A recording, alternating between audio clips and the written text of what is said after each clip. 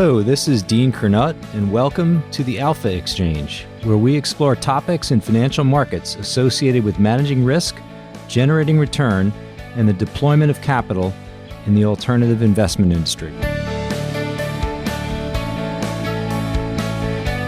Now the global head of quantitative research at Soc Gen, Andrew Lapthorne got an early taste in unconventional macro thinking from the likes of Albert Edwards and James Montier. Over a career spanning 25 years, Andrew is engaged in the study of market prices, seeking understanding in their levels and volatilities both on an absolute and relative basis. Out of this work comes a framework for helping investors identify, capture, and defend against risk exposures. Our conversation considers some of the market vol episodes most formative to Andrew's process. And here we travel all the way back to the late 1990s, when post the Asian crisis, disinflation began to travel around the world, depressing bond yields and leading to increasingly active central banks. The result, a tech bubble and substantial derating of all assets cyclical. The global financial crisis was, unsurprisingly, greatly instructive for Andrew as well, helping him appreciate the Merton distance to default risk that equity investors are subject to. In the balance of our discussion, we consider the here and now and learn of the work that Andrew and his team are doing for clients seeking refuge from inflation. In this context, he suggested that bond investors use, quote, dangerous equity to hedge safe bonds, an area that identifies certain stocks, like those driven by an underlying commodity, as performing strongly during inflationary periods. I hope you enjoyed this episode of the Alpha Exchange, my conversation with Andrew Lapthorne. My guest today on the Alpha Exchange is Andrew Lapthorne. He is the global head of quantitative research at Soc Gen. Andrew, it's great to connect, and thanks for being a guest today on the Alpha Exchange. Yeah, thanks very much for inviting me on. Well, we are having our conversation at a really interesting time in markets. So many cross currents and risk dynamics, many of which we haven't seen for a very long time with respect to monetary policy and inflation dynamics. And of course, all of this occurs amidst a joyous bubble, or at least a joyous period in paper wealth. So we're going to have a lot to get into here. I'd love to get started with you and just your career development, how you got started in the industry. Kind of take us through the early days for you and how you came about a career in finance. I started through a lot of photocopying, basically. I had a summer internship at Kleinwort Benson, which was a fairly traditional investment bank in London. And I had a summer internship in the macro department, which contained quite a few interesting characters. And my job was to come in, produce effectively a spreadsheet called the market arithmetic, which is essentially told a lot of people about what the performance had been. And then we had a UK version, which I remember fondly was on blue paper. And we had a European version, which was on yellow paper. And at 6:45 every morning, I would update this spreadsheet, and then I would run off lots of photocopiers. I had a love-hate relationship with that photocopying machine. And then my job was to literally walk it all around the office. So I'd drop that piece of paper on traders' desks, on sales guys' desks. It would go up to the investment bankers upstairs. So I was, I guess, a glorified quant post boy. But a lot of this was mid-1990s, and believe it or not, email was not used that much. So actually, a lot of it was put in envelopes, and then the postman at Kleinwort Benson would then walk it around some of our clients. So yeah, after 3 months, came to the end of a summer internship. And I guess because I was handing a piece of paper with a smiley face and with good humor at basically 7 o'clock in the morning to the boss, he decided that I deserved a crack at going full time. And there was a space in the quant team. I mean, my history was I knew nothing about finance, absolutely nothing whatsoever. My formal education, I guess, was in computing. And prior to coming into the city, I'd spent 4 years in the French Alps. So I was really quite poorly prepared to be a quant analyst. But I had a blank canvas. I had no idea what I was doing. So therefore, what I did was pretty much up to me, but I was quite good at computing. And actually, the city seemed to be quite full of economists and accountants and not too many computer scientists in the day. So that was a slightly unusual starting point for me. from there, I kind of fluked this a bit because just ended up working really hard. My boss then left to unfortunately go and run the Korean office in 1997, which was not the best of timing to go and run the Korean office. And I then created a document called Style Counseling, which essentially was a very simplistic backtesting of factors, equity factors in the UK market. In 1998, I was lucky enough to get number one ranked in the Reuters survey in the UK. And as a consequence of that, they essentially gave me the quant job at the tender age of 27.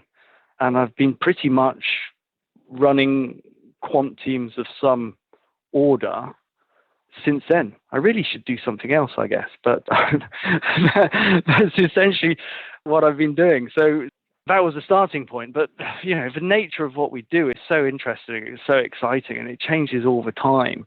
And you're always dealing with new things that, although I've been doing the same thing effectively since the mid-1990s, it's such a fascinating, and I'm so lucky to be in that position and to be fortunate to work with some really, really clever people as well over the years.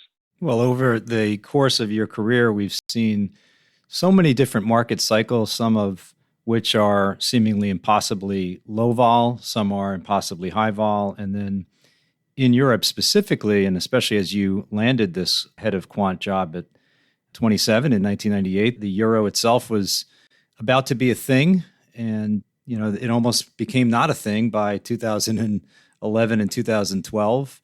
You've had political uncertainty and incredible expression of that uncertainty in asset prices through things like Brexit and British pound vol. So such an interesting seat for you to come at markets and look at them from a quantitative perspective. I can't help but relay that your experience in copying is so similar to mine. I started in 1991 at Nomura Securities supporting the chief economist, and I had also a love-hate, I'd say mostly hate with our copier. You load up 100 of these reports and God forbid halfway through something goes on and you're inside this thing, right? You may as well get inside of it yourself. So I wound up not wanting to have that happen during the day. Instead, I said, let me have it out with the copier at basically 5 or 6 in the morning before anyone gets in. So I would just take the train so early. Double-sided photocopying. Exactly. People just don't know the pain there. This way, if I kick it, no one sees it. Yeah, paper gems. Oh my God. Right, exactly. So much for us to talk about, and I've been reviewing some of the recent work from your team, which I see in there is very focused on trying to find these ways to defend a portfolio against a risk exposure that might be accumulating in markets. And so you're focusing a lot on inflation. And I'm sure over time, those risk dynamics come and go. They change in character. And of course, the set of tools that you need in order to efficiently hedge a portfolio changes as a result. But let's walk through some of the kind of risk blowups that we've seen over time, and specifically the ones that for you as someone that's thinking a lot about markets and asset prices have been most formative. Walk us through an event or two that's really tended to, provide the foundation of your risk framework, your risk philosophy. What are some of those big events? The biggest really started in the 1990s. I've sat next to a guy called Albert Edwards pretty much all my career. He was at Kleinworts with me. He was my boss for some time there. We moved to Societe Generale together. And a lot of that kind of outside of the box thinking was created amongst that group of Kleinwort macro people. And it tended to be bearish, but not bearish for bearish sake. It tended to think, in terms of what are big picture outcomes given what is going on. So Albert was very much formed from his experiences in Japan, what was going on in terms of their kind of boom and then bust and their journey to deflation and zero interest rate policy. And then you obviously had the Asian crisis, and that effectively sending a huge deflationary force across the world. So the late 1990s was really a period when inflation was not only being conquered, but deflation and disinflation was starting to rear its head. And the consequences of conquering inflation were significant. Essentially, you've got things like the bond equity correlation switching around. You've got cyclical volatility becoming something that people just didn't want to own, because if you're dealing in a world of low nominal GDP quantities, your ability to switch between kind of boom and bust is quite high. And then this reliance as well on monetary policy, the kind of Greenspan years of monetary policy reacting because of markets, So I was sitting next to somebody who had kind of seen or foreseen, as ever with a bit of advance, what was going on in the tiger economies of Asia, seeing how they were imploding, seeing how they were then exporting disinflation around the world, how that was then reacting in pushing down bond yields. And then you had two kind of responses to those low bond yields. You had one which was to derate all things cyclical, and the other was to create a tech bubble, because people thought, well, if we lower the discount rate, we could buy growth stocks simply because on a low discount rate basis, that made more sense. And then you had the narrative as well, which then added fuel to that. So a lot of how I think was created through the work Albert was doing, but also the discussions the Climate Macro Group were having amongst themselves. And, as is typical when there's a crisis, when the Asian crisis hit, everybody just went, oh, it's just a storm in a teacup. You could argue that the current storms that we have were all the result of that storm in a teacup several years later. So that was a big part of thinking. Then as well, you learn things as you go along. So I'm an equity specialist or largely an equity specialist and knew nothing about credit markets. I hired a guy called Sebastian Lancetti from our risk department who taught me a lot about credit risk. And it was fairly clear to me that equity investors didn't really think much about the relationship between equity and credit and volatility. And I've been using kind of the Moody's, KMV, Merton type framework an awful lot for the last 20 years, because I think it very much marries up how volatility and changes in volatility can have real life consequences, because they are causing a company's costs of debt, to rise and fall.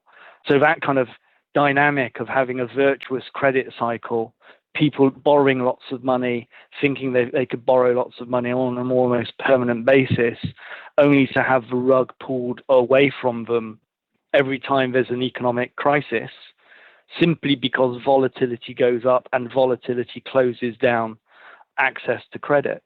So that was a big part of my thinking, and I've been using those type of frameworks for decades now. You've got a bunch of interesting aspects there. When we think about market volatility, of course, asset prices are responding to changes in growth fundamentals or earnings outlooks. And you also mentioned this kind of Merton model of, distance to default is another one. And I think back, and I wanted to get your take on this because I think there's a relevance to today. But if we look at, let's say, the global financial crisis, and then fast forward maybe 3 years to the Eurozone sovereign debt crisis, these crisis events are really about market prices, right? It's the authorities trying to put out the fire of asset prices themselves being in a reflexive fashion the problem. And maybe that was the same case during the Asian contagion in 97. These days, central bankers have really had their way with market prices for a number of years. And people say, well, the US is kind of going the way of Europe, which went the way of Japan, where the bond markets effectively just get fixed, right? They're administered by the central banks.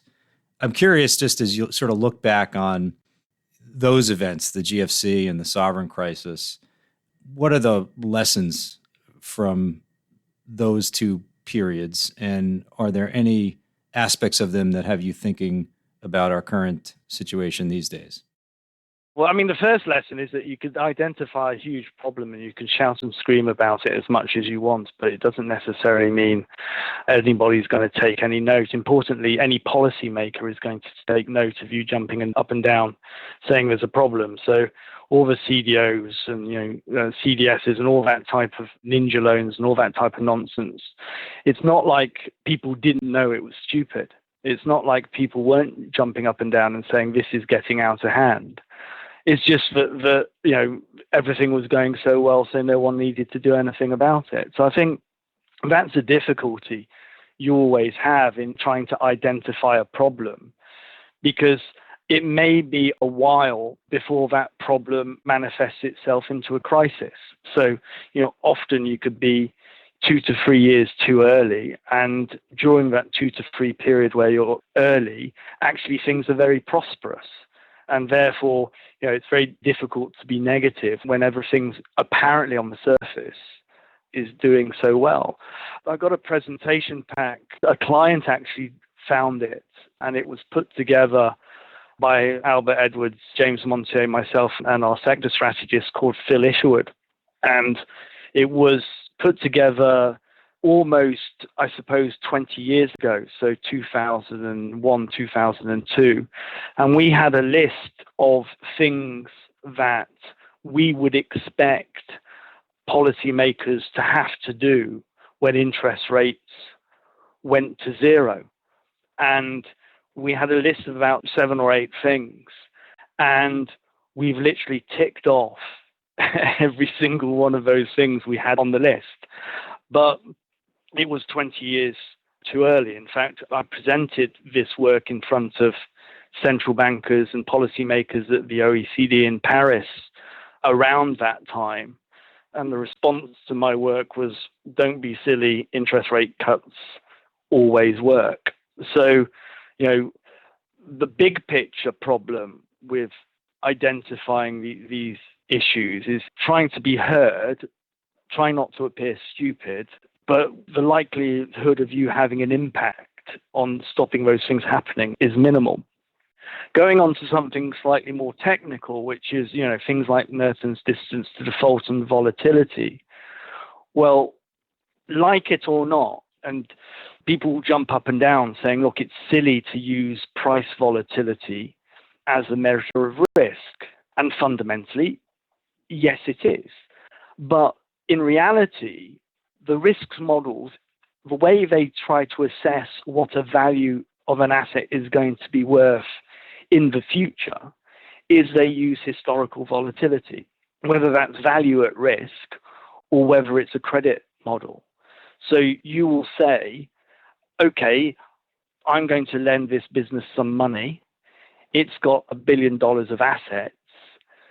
Given volatility of that asset, what do I think is going to be the value of that firm in 6 months' time? So clearly, if you're a business with low volatility, say a utility company, you could borrow more than a business with high volatility, say a cyclical mining company or a semiconductor business.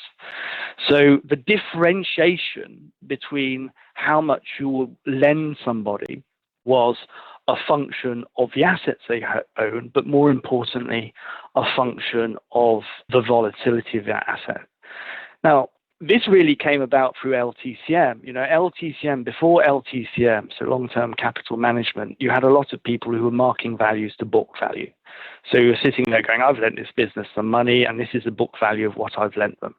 Ironically, since LTCM turned up, people realized that the value of the Russian bonds they were probably holding as collateral had moved significantly. So you then got a significant move towards mark-to-market credit modeling. And I think that's been part of the problem, because as volatility is depressed, people lend more because they think that the asset value is now more certain. So if you think that implied volatility is a measure of certainty and confidence, essentially low volatility is a measure of overconfidence, and high volatility is a measure of a lack of confidence. So the inevitable happens. People borrow an awful lot of money when volatility is low. And as normal cyclical things happen, like profits decline or you get a crisis, volatility rises. And as that volatility is rising, effectively the credit score of those companies is deteriorating, not for necessarily economic reasons, not necessarily because their cash flows have just suddenly disappeared, but the market is repricing the risk of that asset.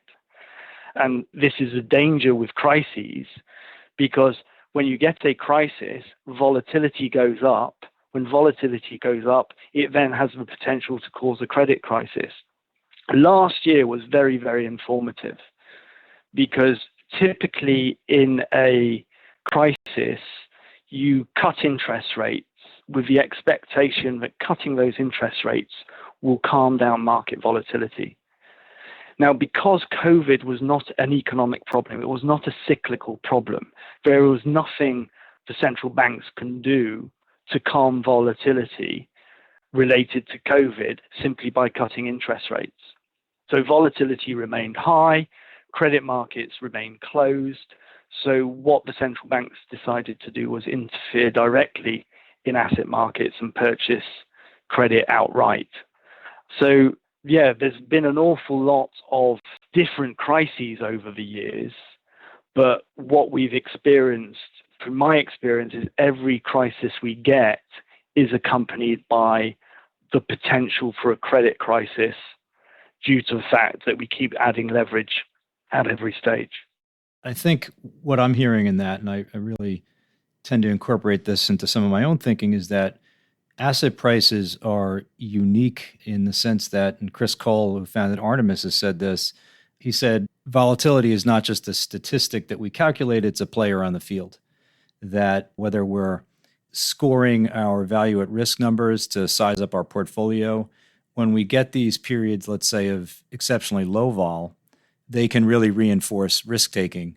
And where you wind up is a system that is probably bigger than it should have been. And sometimes it's the process of the vol going down. It's almost a circularity of risk taking, pushing things like CDS spreads lower and lower in late 06, early 07, even as the risk was building up. As you look at the financial system, the set of prices around the world across asset classes now, what aspects of some of these sort of pro-cyclical financial cycle related vulnerabilities that we've encountered in the past do you see right now?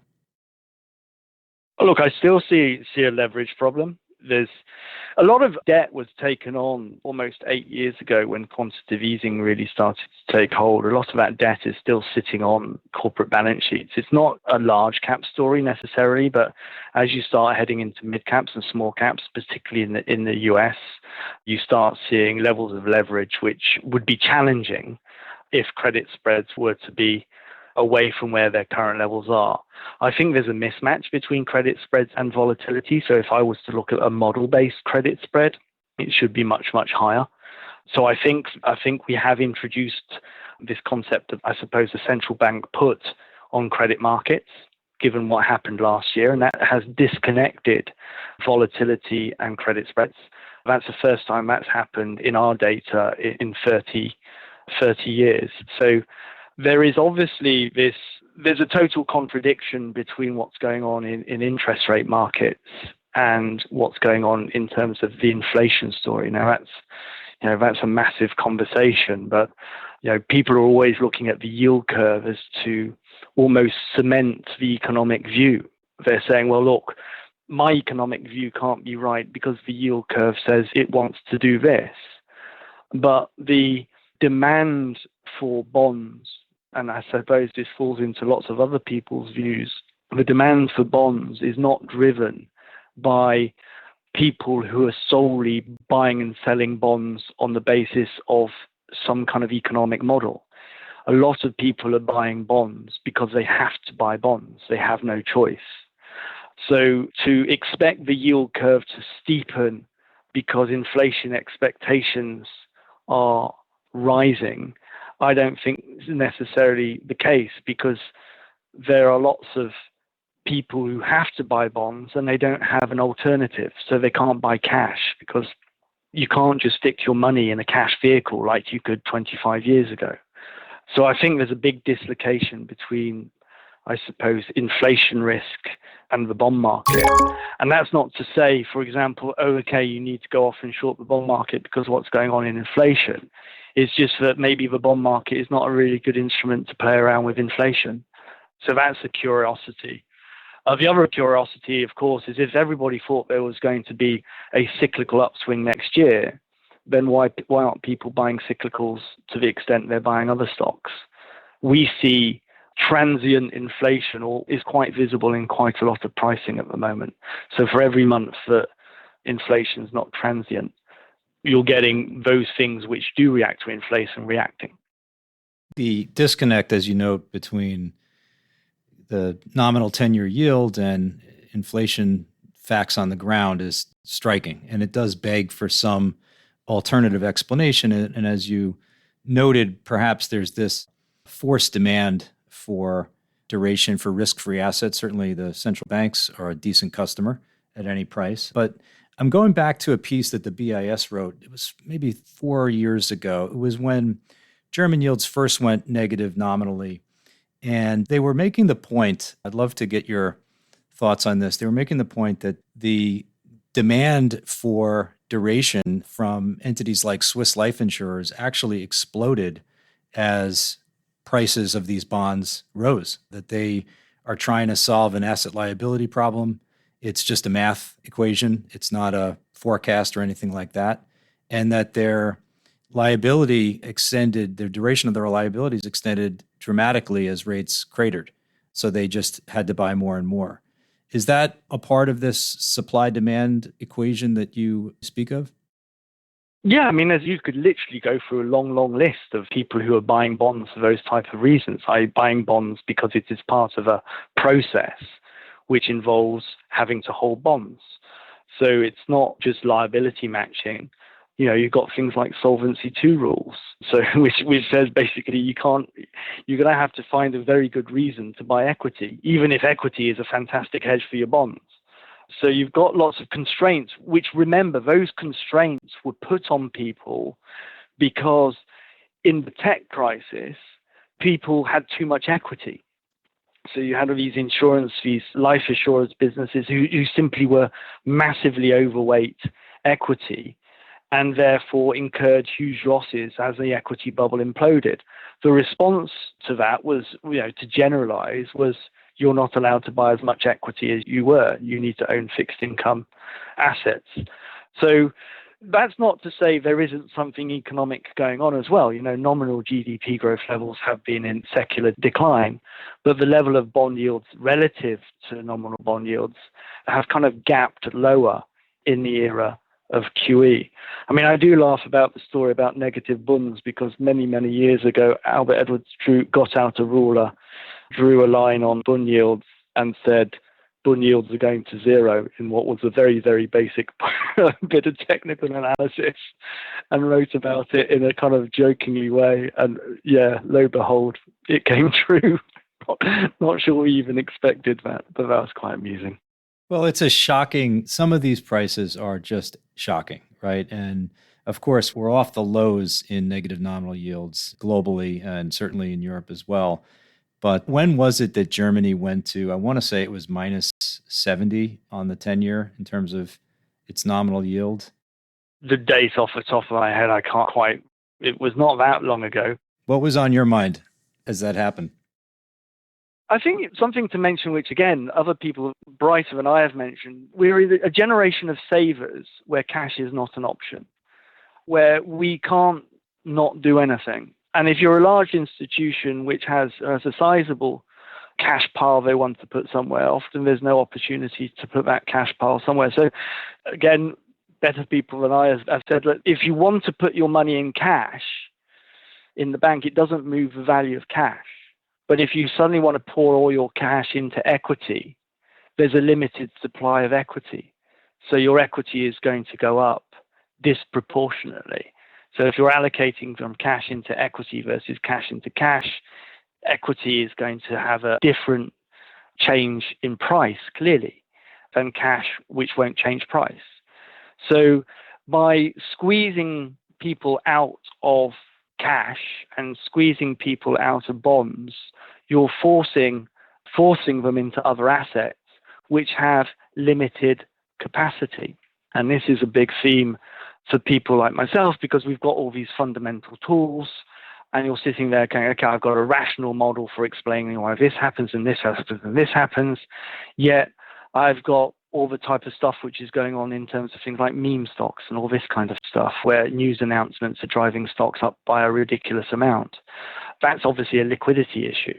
And we're doing an awful lot of work at the moment to understand, liquidity. Because I think if you could understand where there is liquidity issues, and you could see, to a certain extent, measure how liquidity is having an adverse impact on individual assets, you could also think about how you measure that liquidity and what happens when that liquidity is withdrawn. Because, just as if you've got forced buyers of an asset, it's going to push a share price up a lot. But if you've got forced sellers of an asset, the exact opposite is going to happen. So while we may be tapping ourselves on the back and saying, look, haven't markets been fantastically robust through this crisis? What we need to know is, are market prices robust to a removal of central bank interventions? And what we know from 2018 is the answer to that was no. So, the negative real rates story for me is not so much making equities look cheap, it's a flow of money story. Well, let's get your take on just the world of both absolute and relative asset prices. You and your team do a lot of work on hedging, both directly and through proxy instruments. You do a lot of factor work. And this is, as I said at the top of the call, it's such a unique time in terms of where equities sit. As you mentioned, negative real rates, volatility levels. There's no obvious insurance that looks real cheap, at least the direct hedges like S&P options. Some of your recent work is entitled "Inflation Isn't Just a Problem for Bonds." So maybe with that title, love for you just to kind of give us the big picture of what you see now, the vulnerabilities, and then where your team is focusing its efforts on behalf of clients. Yeah, I mean, inflation is an interesting problem because most of us haven't really dealt with it in our careers. I think a lot of people who are slightly older, experienced it as individually. So I remember 1970s inflation as a kid, but I certainly wasn't in the markets then. So I think trying to relearn the dangers of inflation is proving to be a challenge. First and foremost, inflation risk means that bonds and equities are positively correlated. So leading up to the tech bubble, so through the 1980s and 1970s, 1980s, 1990s, inflation risk was the key concern. And because it was the key concern, bond volatility and equity volatility were responding to inflation volatility. As inflation has become a concern again, bond and equity volatility are correlating with inflation volatility. So the difficulty that we have is that whilst the 1970s, 80s, 90s was about eradicating inflation and a re-rating of bonds and a re-rating of equity, we're looking at the opposite side of that. We're looking at the reintroduction of inflation risk, the reintroduction of policy mistakes relating to inflation, and the potential for assets to derate as a function of inflation being persistently higher than people expected, and therefore interest rate policy changing. So if that is a genuine regime change, I'm not saying here that we're heading to double-digit inflation permanently. I'm saying that if inflation volatility, if inflation becomes a concern to the extent that it's affecting policy, then inflation risk needs to be hedged in some way. Now, the obvious thing to do is, when you're looking for an inflation hedge, is to look at stuff which correlates with inflation itself. Now, inflation, whether it's implied or break-evens or whatever, is highly correlated with commodity prices, food prices, copper prices. In fact, I would argue that there's not really much information in forward inflation expectations whatsoever. 5-year and 5-year is simply reacting to changes in current prices. You could see that. It's no forward thinking when the copper price is forward thinking. So it's just a reaction function to currently changing prices. So I came up with this idea that we would create an index based purely on inflation betas. So I'm using very long-term 20-year betas, and I'm looking at stocks which correlate to things like inflation expectations as well as a set of commodity prices. And it is filled with things like mining stocks, oil and gas stocks, chemical companies, semiconductor businesses, all the usual suspects which would relate to commodity prices. And the amusing thing about this is why banks go off and create really, really nice back tests, which then fail out of sample on a fairly reasonably high incidence. I've got this back test which shows basically 20 years of zero performance whatsoever and 80% drawdown during certain periods. So historically, it looks atrocious. And since we've launched it, it's obviously gone through the roof because inflation expectations have gone through the roof. But try going and selling a client this idea that you've got something that you want to add to their portfolio, which has not only delivered no return historically, including dividends, but also has got the potential to lose you an awful lot of money simply because of the nature of the businesses you're trying to buy, i.e. you're buying businesses which are connected to supply and demand imbalances. And historically, those supply and demand imbalances tend to be solved. They also tend to be solved when demand falls off and you get a new wave of supply.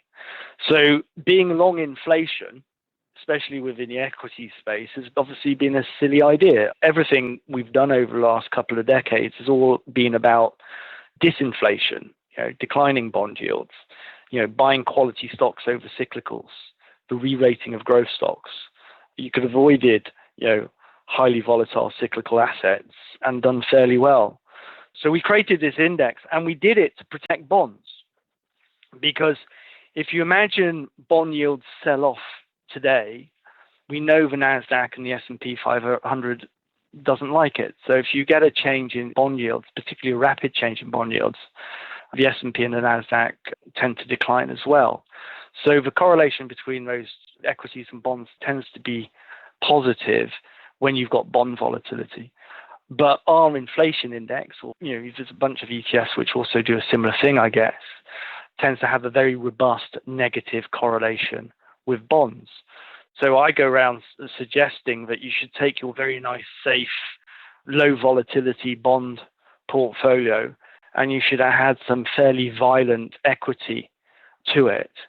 But the outcome is diversification. The outcome is when you do get a pickup in inflation expectations, when bond yields do come under pressure, when bonds start selling off, actually your inflation sensitive equity basket is doing very well indeed. And that, therefore, the outcome of that is that you manage to reduce the risk of your bond portfolio, reduce the drawdown in your bond portfolio by buying a very cyclical asset which is very negatively correlated. And again, it's gone down very well as an idea, but you're always up against, one, bond investors who can't buy equity, and two, this idea that inflation is transitory. So despite doing very, very well in terms of performance terms, our index has just got cheaper and cheaper and cheaper as the earnings have come through. But I'd also, I've only been through a few cycles over the last couple of decades, but I can't remember ever when highly cyclical commodity-focused sectors used to move in advance of the copper price or in advance of the oil price. It was always the commodity price pushing up the equity. It wasn't the other way around. So throughout that kind of post-tech bubble period where you had the NASDAQ declining and you had commodity prices which were pretty robust, you got continuous earnings surprise, and you got that earnings surprise came from the cyclical areas, which then pushed up cyclical stocks and led them to outperform for several years. So I don't ever remember a time when people didn't think commodity price rises were ever permanent. So that's one thing that we've been doing. And then there's other things we've been doing in terms of trying to capture bond volatility effectively, where we're trying to build structures which allow our clients to be effectively long-term bond uncertainty without incurring too much carry to get exposure to that. And how do you think about that? I mean, it's probably a little bit too technical to go in here, but essentially the way the mechanism works is essentially there is a shape of the volatility curve in fixed income, which allows us to effectively be long bond volatility without incurring a roll down, a carry. And there's a few bells and whistles around it. But again, the idea here is that when you get, for example, as we saw in October, a debate about what's happening in terms of the short end and the long end, you're effectively creating bond volatility that you want to capture. There is always this kind of transition period from, I suppose, bond market uncertainty to interest rate action. They don't happen at the same time. So, for example, in 2016, when the last time we saw a big spike in short rates, it wasn't until Feb 2017 when the market really started to embrace a tightening cycle and things associated with a tightening cycle started happening. So you could get bond volatility without a policy change. The policy change happens later. And when it happens, other things start hedging you. For example, we have a strong versus weak balance sheet strategy, which did very, very well starting from 2017 onwards as we went into a kind of tightening cycle. But that strategy wouldn't have done initially very well at the point where the market was debating what was going to happen next. You mentioned the strong versus weak balance sheet strategy, and it just had me thinking about one of the charts I saw that you had produced, which is just the degree of valuation spread that currently is reflected in high valuations versus low valuations in the S&P. And I want to come back to that, but I did want to make a point as you talk about the rate vol surface and just different points on it that might make trades more financeable from an option standpoint, and how different it is from the deeply contango shape of the equity vol term structure. It just makes carrying hedges all the more difficult. And then just on this idea of trying to find hedges, and mentioned a bunch of really strong points there on the interaction between stock prices and bond prices amidst inflation. One of the trades that people sometimes try to use in the OTC space is this idea of a rate contingent put on the S&P 500, right? The notion that rates can go up and stock prices can go down. And I always found that very interesting in terms of the price, because there was this implied negative correlation between the two. And I think it's been marked up since, but certainly if you're in the camp that it could be higher rates that set the equity market on fire, this has been an interesting trade to look at over time.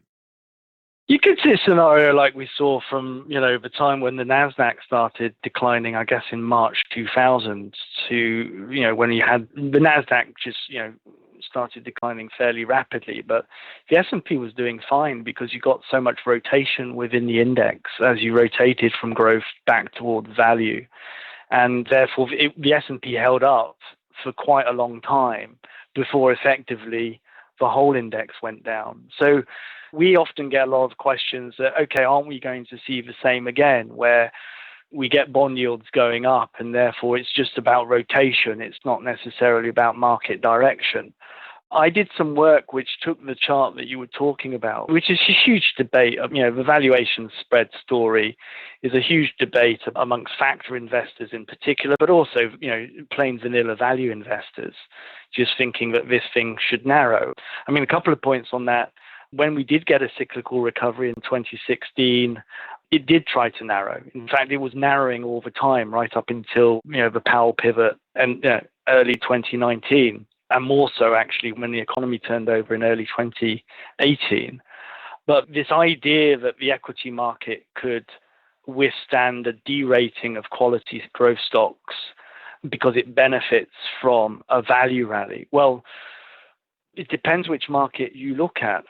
We looked at the group. So we have a group of stocks, which instead of defining it in terms of value, growth, quality, we just literally define it by their correlation over the last 5 years to 10-year bond yield. So you end up with this group, which you could call bond proxies, and then it includes things like consumer staples, utilities as well, growth stocks. And then in the opposite camp, you have value stocks and cyclicals and all those, a lot of financials. And the argument is how much can they mean revert without doing the market any damage? And then there's another more secular point, which is at what level of yield do we have to get to go back to the kind of valuations that we saw 10 years ago, when actually both of these indices, both of these portfolios had the same multiple. Now, when you look at markets such as the US, you find there is twice the market cap in these, I suppose, declining bond yield beneficiaries, so bond proxies, those longer duration stocks which have benefited from falling bond yields. Today, there is twice as much market cap, and that market cap is trading roughly at almost 25 to 30 times forward multiples. You've then got the cyclical part of the market cap, which is trading much cheaper at 12 times, but that only represents half of the market cap which has benefited from falling bond yields. And that defines your correlation, because the correlation between the S&P and bonds is really a summation of the type of assets that you've got in the S&P today and what they have done in response to falling bond yields. If you look at Japan, the opposite is true. Japan is full of stocks which usually enjoys rising bond yields because they're more cyclical. So the correlation of Japan to bond yields is different to the correlation between the US and bond yields. And then you get markets like the UK where it's broadly balanced. There isn't much, there's just as many stocks and market cap which benefit as they do suffer from bond yields. So you have to think about the bond yield risk as how much the bond yield has benefited you in getting here. And again, we could have a kind of circular argument about whether that's passive flow, whether that's stuff just buying it because it's got the mandate to buy it. But I also think you have to have a fundamental reason for that passive flow happening in the first place. Because, why has it all gone into tech and not all into Japan? So the idea that a change in the interest rate regime is going to have a very uneven effect, I think, on asset prices. We have this framework, which is incredibly intuitive, but it's also empirically based. What we do is we take quite a few asset classes, so roughly 47 assets, and we do a principal component analysis of what drives the returns in those assets. And you get a framework which basically is risk on, risk off, which is dictated to you by, it's basically equity risk. And then you've got something we call the demand for bonds. You've got, therefore, easing and tightening. Now, when you're easing and you've got risk off, you buy bonds. When you've got easing and you've got risk on, you're long risk assets. So you're long equity, you're long high yield bonds. When you've got tightening and risk on, you want to inflationary protect yourself. So inflation assets do very well. Commodity prices do very well. And we've been kind of hovering around that group for quite some time. Now, there is another group, which is called tightening and risk off. And in that group, there is nothing whatsoever. There is no long-only asset you could buy in that group which will protect you.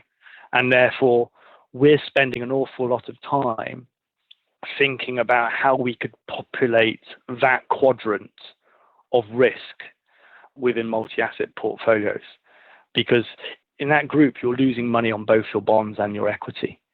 So this is how we think about hedging. We think about hedging like you would any strategic allocation. We're trying to think about what a portfolio might consist of, what type of crisis might that portfolio suffer from, and what type of instruments can we add to that portfolio which will protect a risk that you're not currently protecting.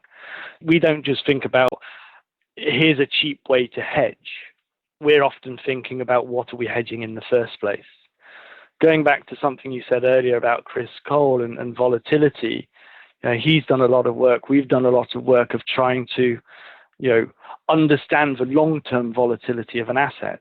So you're not just looking at short-term patterns in the volatility of the asset, you're also trying to blend that with a very long-term perception of how risky an asset could be. Because it's often during those crash periods, which are rare or rarer, that you need your protection. And therefore, looking at normal volatility is not going to necessarily point you in the right direction. So, I mean, it's partly because of the organization I work for. Societe Generale is a big derivative house, partly because I've sat next to Albert Edwards for the last 27 years, also getting a little bit depressed here and there, that we tend to have a focus on risk avoidance and trying to manage what we don't know. Yeah, I wonder in that fourth quadrant, the most unwelcome one, it sounds like perhaps it's vol itself that might fit in there somehow. And I always go back to Leb, who, called volatility the only anti-fragile asset, which certainly resonates with me.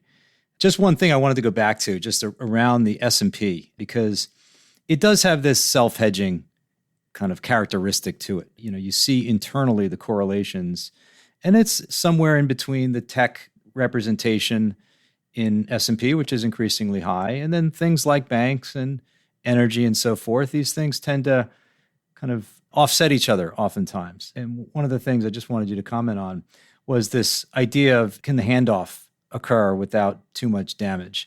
I'd love for you just to walk through that as you're thinking about that now, maybe in light of, what could be ongoing inflation and maybe a monetary policy response. How do you think about the potential for that handoff and what could go right or wrong? So I think that the risk we're trying to deal with is where policy is accelerated. And when I say policy is accelerated, not just when interest rates are put up, but the degree of which tapering happens. If you were to suddenly accelerate your interest rate rises now and you're not really doing much to release, I suppose, supply at the long end, you're just going to invert the yield curve. And that might get people concerned. I think we rely on something called the shadow rate. A colleague of mine, Solomon Tedesz, has been using this in New York.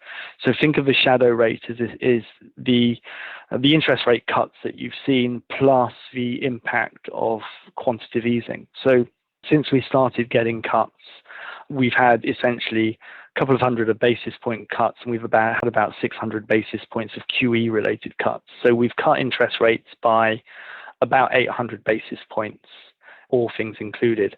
That will start to tighten, and the speed at which it tightens is important because, generally speaking, a tightening phase historically tends to be roughly 2/3 of the easing phase.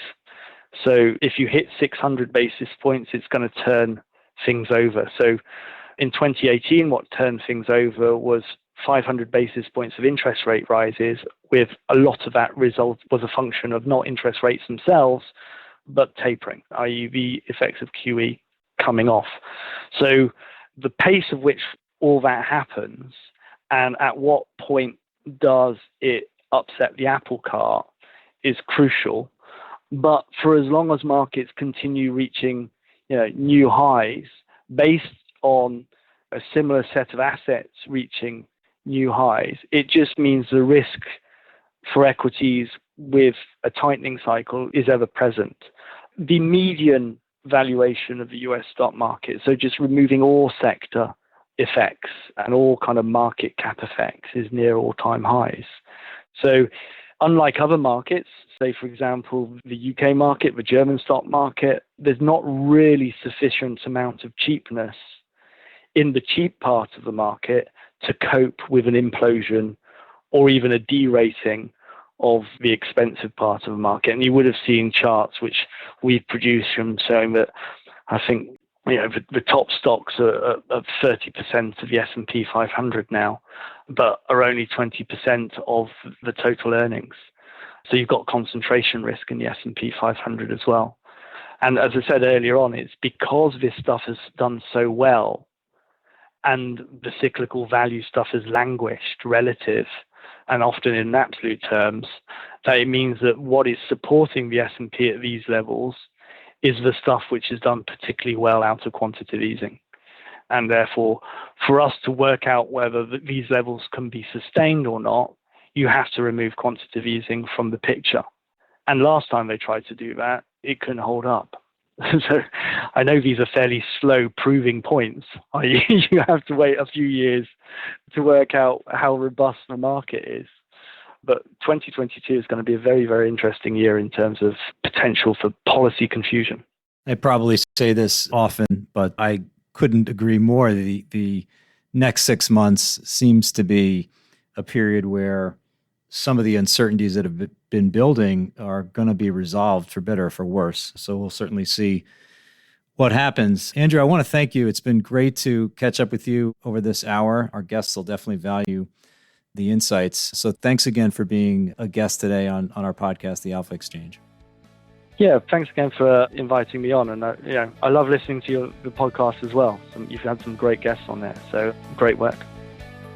You've been listening to The Alpha Exchange. If you've enjoyed the show, please do tell a friend. And before we leave, I wanted to invite you to drop us some feedback, as we aim to utilize these conversations to contribute to the investment community's understanding of risk. Your input is valuable and provides direction on where we should focus. Please email us at feedback@alphaexchangepodcast.com. Thanks again, and catch you next time.